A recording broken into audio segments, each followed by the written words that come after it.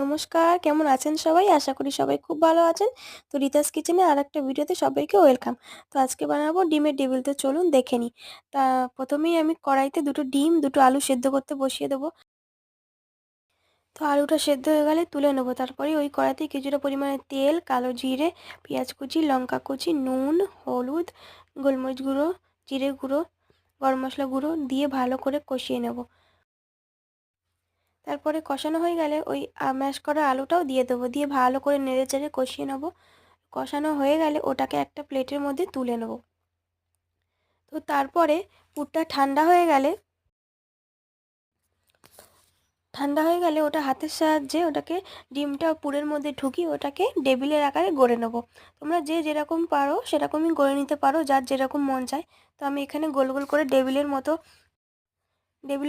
করে নিয়েছিলাম। তো চলো সবকটা এরকম করে নিই, তারপর দেখাচ্ছি। তো এটা যদি তোমরা বাড়িতে বানিয়ে খাও অবশ্যই দেখবে তোমাদের ভালো লাগবে। তো তোমরা একবার বাড়িতে ট্রাই করে দেখো, অবশ্যই কিন্তু টেস্টি অ্যান্ড মুখরোচক হবে, সন্ধেবেলার কিন্তু জমে যাবে। তো চলো তারপর দেখে নিই। তো এই যে আমার এখানে 4টে করেছিলাম, 4টেই রেডি। তো তারপরে আমি একটা ডিম ভেঙে নিয়েছি, মধ্যে একটু কর্নফ্লাওয়ার, ওটাকে ভালো করে মিশিয়ে নেব। তারপরে এখানে বিস্কুটের গুঁড়ো নিয়েছি আমি। বিস্কুটের গুঁড়ো লাগবে মানে ওটাকে কোট করার জন্য। তো আমি এখানে ডবল কোট করেছিলাম। তো তোমরা চাইলে নাও করতে পারো, কেউ সিঙ্গেল কোটও ডবল কোটও করতে পারো, কেউ সিঙ্গেল কোটও করতে পারো। তো আমি এখানে ডবল কোট করেছিলাম। ডবল কোট করলে কী হয়, এটা মুখরোচক আরও ক্রাঞ্চি খেতে লাগে। তো ওই জন্য আমি কোট করে নিয়েছি ডবল কোট। তো দেখো এই যে কোট করা আমার হয়ে গেছে।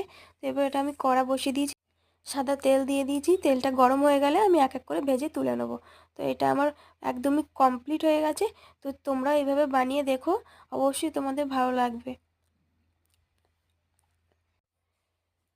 তো আজকের ভিডিওটা এই পর্যন্ত ছিল। কেমন লাগলো রেসিপিটা অবশ্যই কমেন্টে জানিও। যদি ভালো লেগে থাকে লাইক, কমেন্ট অ্যান্ড শেয়ার করে দিও। আর আমার চ্যানেলে নতুন হয়ে থাকলে চ্যানেলটাকে সাবস্ক্রাইব করে দিও।